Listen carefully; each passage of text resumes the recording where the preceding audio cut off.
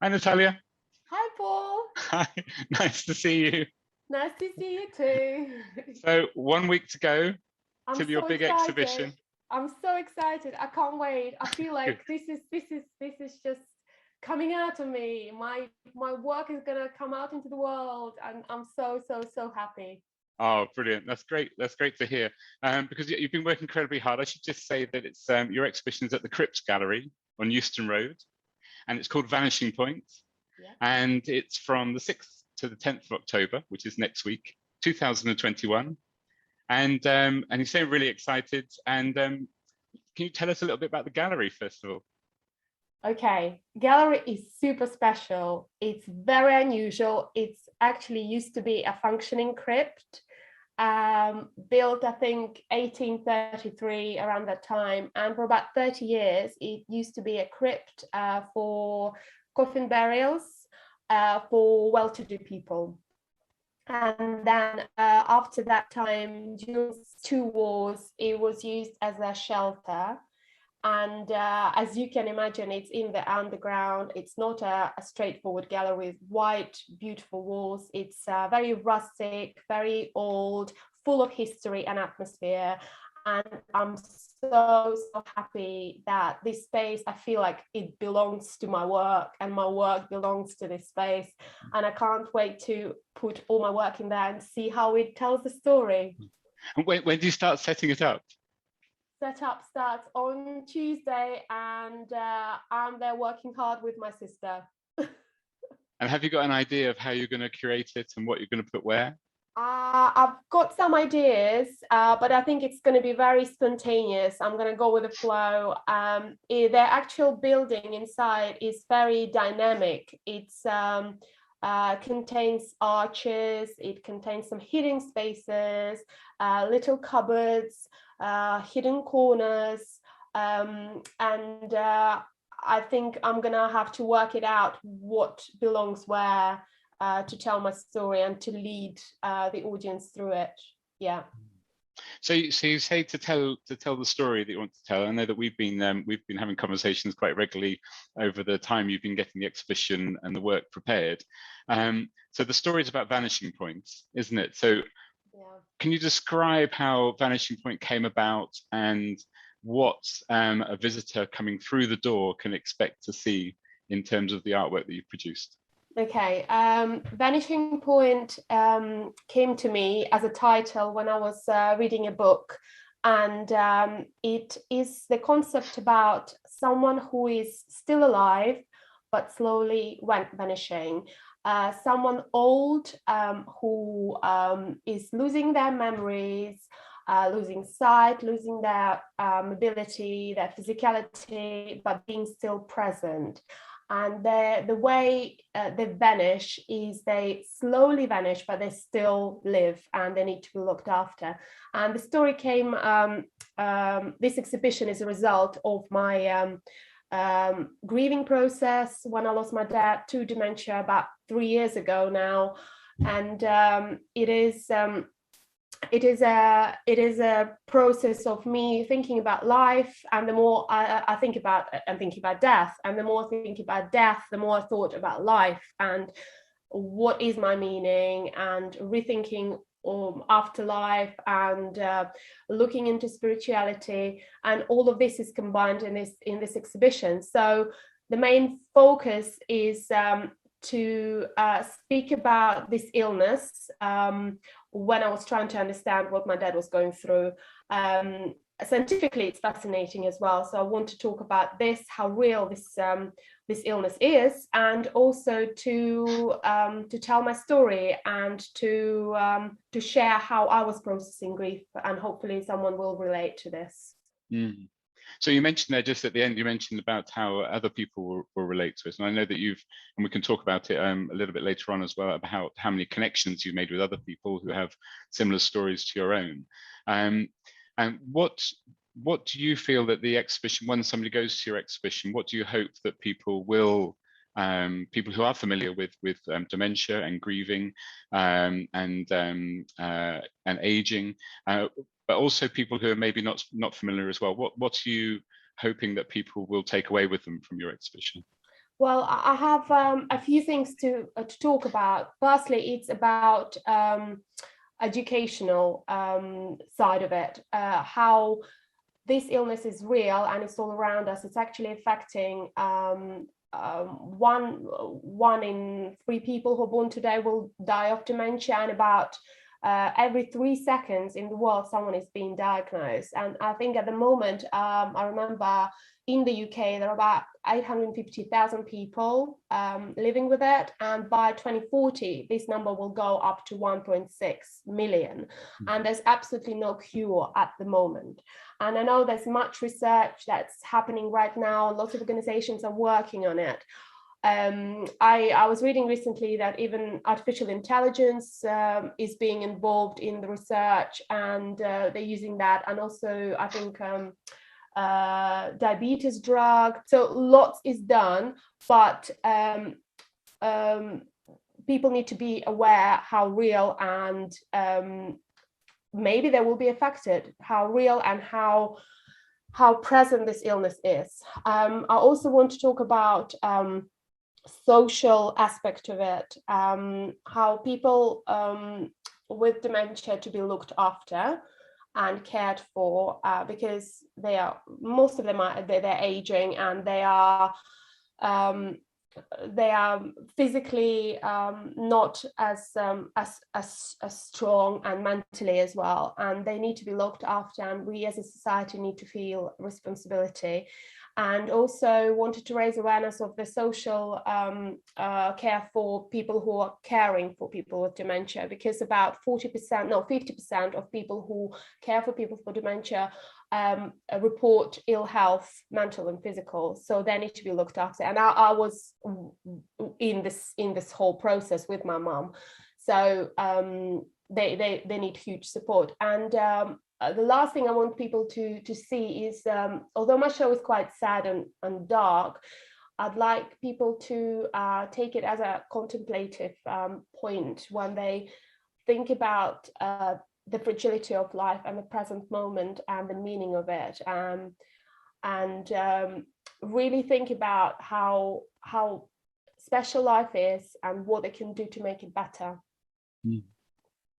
You mentioned your mum there as well, and your mum's been involved in quite a lot of your art pieces over the last year or so. How's that relationship been with, after your dad passing away 3 years ago? How has your involvement of working with your mum been? I think it's actually helping both of us.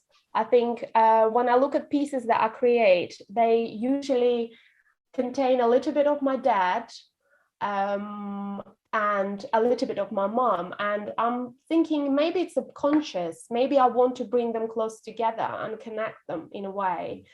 But working with my mom was great. She's very, very supportive, and she thinks what I do is important. And I think in terms of grieving, it helps her as well a lot. Yeah, I mean, it's amazing, isn't it, how the creative process in any creative means, in terms of mental health, in all aspects of mental health, is such an amazing thing to help the process of things like grieving. Yeah. And this, I know you've done a lot of research into aging and dementia, and the conversations we've had over the last couple of years, I've always been amazed with how well read you are, and how you continue to educate yourself and become an expert in. I think you're an expert in lots of aspects to do with dementia and grieving. And this idea of sort of sharing that you have, and getting other people involved. I know with the exhibition you've organised a number of events during the exhibition week to get other people involved. Can you tell me a little bit about what the sort of the programme is for the week? Yeah, so busy, super busy. I wanted this show to be very dynamic. I wanted to pack it up with as much energy as I can. I wanted to give people as much as I can during that time and receive energy from them. So as more people, the more people are welcome to my exhibition and the events, they're more vibrant, and the more productive this exhibition and meaningful this will be for everyone and me as well. So during the show, I will have a couple of interviews. Then I will do a guided tour around so people can get a feel and tell a little bit about some of my pieces and the story behind them. On Saturday the 9th, I'm hosting a death cafe, which has proved to be so super popular. And I'm very happy about it because it's a topic that we don't normally talk about. And it's hard to talk about death because it's so sad. And we need to talk about it because it will happen to all of us, and we need to talk it through and understand it better and be prepared for it. So that's one of the events that will happen. I'm very happy, it's very popular, and I look forward to seeing people in real life with some tea and cakes. And Sunday, I'm doing a little meetup, very informal meetup for artists who work with similar topics to me: aging, grief, loss, and mortality. The idea actually came to me because working with this topic is very niche, and I know there are artists working with it, and it's very difficult to actually connect. So I think this will be a really good meeting point for everyone who work with these ideas, to exchange ideas, to see what everyone is working on, maybe to build networking and partnerships, help each other and support each other. So that is going to be popular as well. So I'm quite excited, really excited. I like meeting people. I think it's going to be great to talk about it with people, to share my ideas and get their input. They sound great. I think they're a great idea to have a sort of a daily program while you're actually having your exhibition at the same time. I'm not sure whether there are any spaces left on those. I think I've heard they're all full. Yeah, they're all sold out at the moment, but if anyone is interested, there will be a waiting list, and there is a chance, obviously, that people might not be able to make it on the day. So anyone who's interested, please do get in touch. But I think the way I organized it is I just can't help myself. I'm a really super organized person. And I used to be working in event management. So I think it's just part of me. I have to get organized and to do these little sessions and to share my knowledge and get knowledge from other people. Yeah.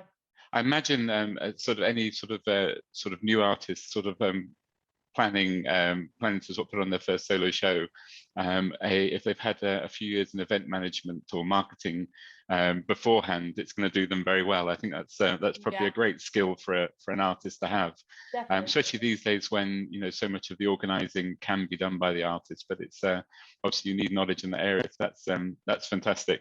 And just if people do want to get in touch with you about those events, what's the best way? Is it through your website or social media? Through website, and there's a contact form, info@nataliamilmanart.com, and I quickly respond, so do get in touch. Excellent.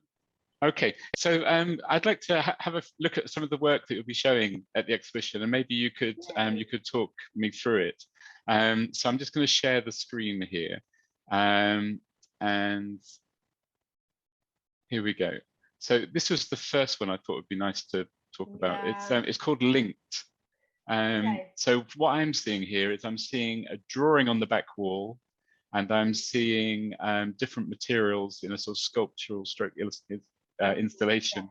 So can you tell me about this? I can tell you all about it. The idea is very simple and it's very complex.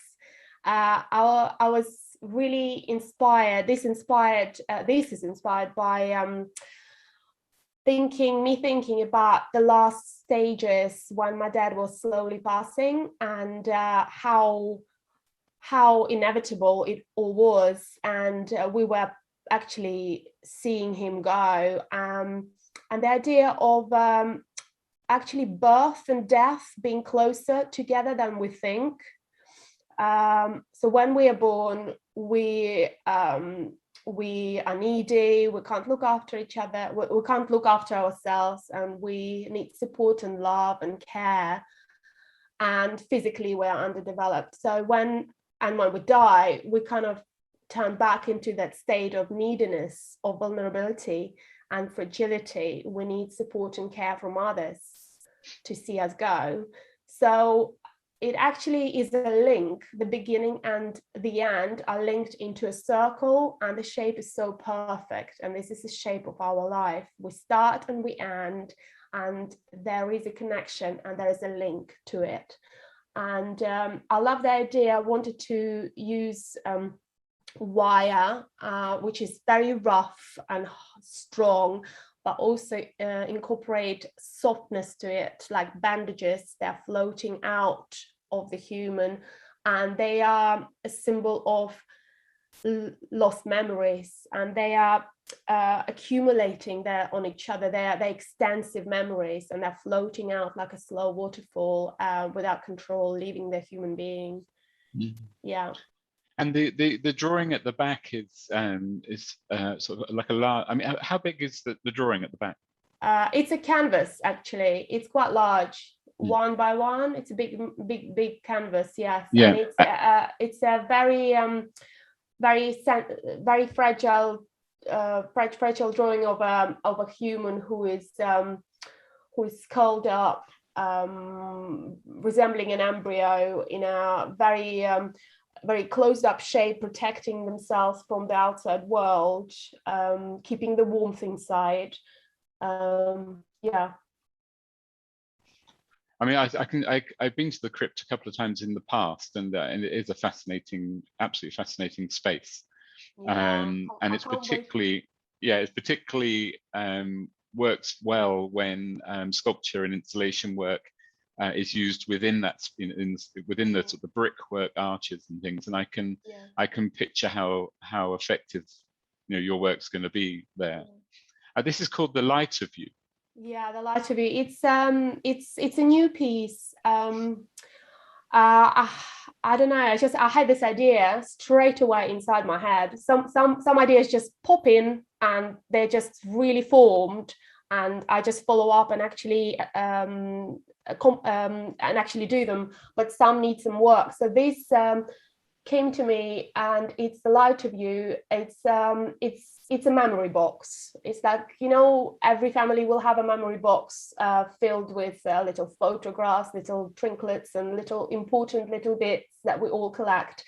And this is a memory box of my dad, but instead, inside the memory box, it's not visible, but it's packed up with packaging from his medication. So when he was dying, and when you're old, you need loads and loads of medication to help you actually be stable and and live. So he's been using a lot of that. So packaging is all inside, and there's a photograph of my mom. Again, both of them are connected in one piece. And there's a photograph of my mom.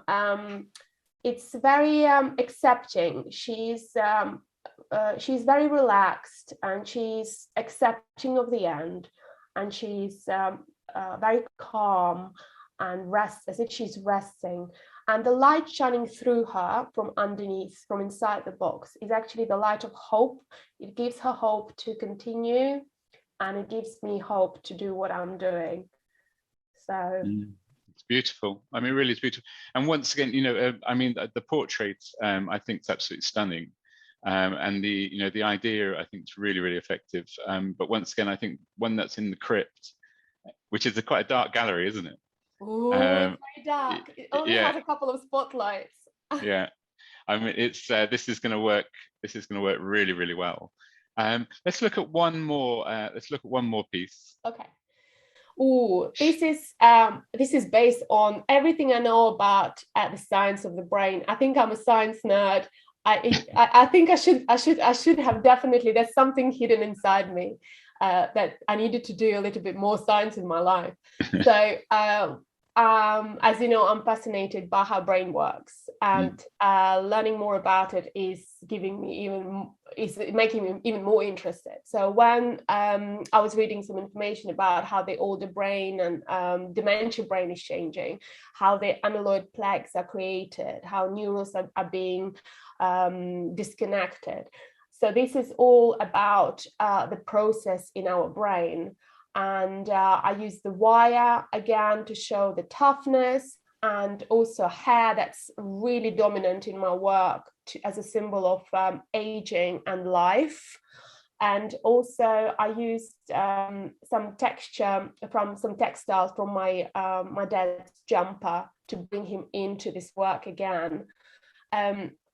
So this is actually showing what's happening invisibly in the brain, but I'm making it visible.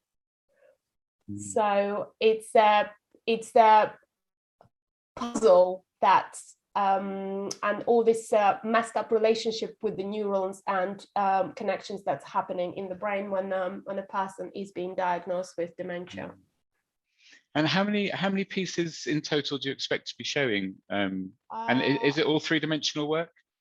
There's some sculpture. I don't know. I was drawn to making this year. Predominantly, I was doing lots of making stuff with my hands. There will be some photographs as well. There will be 2 videos that I recorded. They are based on my mom as well. Yeah. So there will be videos. There will be 2D work as well. Some photographs and sculptures. Wow. Yeah. Can't wait. So it's a week today. Yay! I can't wait myself. Yeah. And can people come along to the private view on Wednesday evening? People should come along to the private view because it's going to be fun. We're going to be celebrating. Well, I'm going to be celebrating my exhibition, but I just want people to join in, and I want to talk about this. I want to talk about my story. I want to talk about the story of dementia. I want to share my views on it. I want people to have fun as well on that night on Wednesday, 5:30 till 8:30, and there will be lots of complimentary drinks as well. And the address again? It's Crypt. It's St Pancras Church. It's about a 7-minute walk from King's Cross if anyone is going on Thameslink. It's between Euston Square and King's Cross, and it's easy to find. I have massive posters. Like they will be all around the church, so you can't miss it. Great. And I know you're not going to stop here. Once you've had your exhibition and the exhibition's over, I hope you're going to have a bit of a rest. I'm not sure about that. But I know you're itching to get back into the studio, and I know you've already got some projects sort of simmering at the starting point. One of those is Grief Letter. Yes. Which sounds fascinating. Can you tell me about Grief Letter? Grief Letter is so super special for me, and again I had this idea and now it's actually happening, and to see it touch some people is so special for me. So this idea is it's a community project, and it will be ongoing. At the moment it's ongoing, and it will be it encourages support of grief support amongst people and society. So it has it consists of a pack that is totally free, and people write a letter to someone who they grieve or someone who they lost. It can be anything, and I know how hard it can be, so you need to be ready for this. Like, it took me 2 years to write a letter to my dad and tell him what I want to tell him. And so people write a letter to their loved ones or to someone in their family or someone they know or friend, and then they send it to me, and I incorporate it in an art installation to promote grief support, so people can share how they deal with grief. Grief is a long process, and it's okay. It's a process. So it will be an art installation including lots of stories from lots of people, and a few packs actually sent to US. So hopefully, maybe it's gonna even grow and become international. So really excited about it. So this is a grief letter pack that you've produced. You've produced many of them. Yes. Anybody can get in touch who would like to write their own grief letter. Yeah. You post it to them for free. They Yeah. send it back for free. Yeah. And then their letter will be included in your installation, which you'll be developing in the future. Yes, So it's a chance for definitely. anybody, not just artists. It's a chance for anybody to be involved in the project. Anyone to be involved, to be part of this work, to make a difference, to tell their story. It can be anonymous, it can be signed, anything, yes, but hopefully it will be special. And I imagine over the next few weeks and moving forward, there's going to be a lot on your social media and websites and about the exhibition and about Grief Letter and about any other future projects as well. So what can people do if they want to follow what you're doing, to keep in touch with what you're doing? Have you got an Instagram handle? I have an Instagram handle at Natalia Milman Art, and I love talking to people. I love all the questions, so do get in touch and ask me anything. I'll be happy to chat. And your website again, if you could say it and maybe spell it out as well. It's www.nataliamilman, NATALIAMILLMAN art.com. And so they're on there. And I know on your website as well, you do have a blog, which really does sort of show how much background reading and information and some poems you've written and some films. And it's really worth keeping in touch with that blog. And do you have a newsletter that people can sign up for on your website? Not at the moment, but I'm looking into it. But right now it's just the blog, and sometimes it's serious, sometimes it's fun, sometimes I just ramble on. So it's various, whatever I feel, but it's mostly like a diary, like a journal in my studio, like a studio journal. Whatever I'm working on, I just tell people, see what I'm doing, just to keep them updated about my story. Oh, Natalia, thank you so much for talking to me. Thank you, Paul. I'm going to let you go because I know how busy you are. But it's really lovely, lovely hearing all the sort of preparations about the exhibition. I'm sure it's going to be absolutely a knockout success. So I wish you all the luck and congratulations for all the work you've done. And we'll catch up at the private view. Yes, thank you. See you soon. All right, see you soon. It's been lovely talking to you.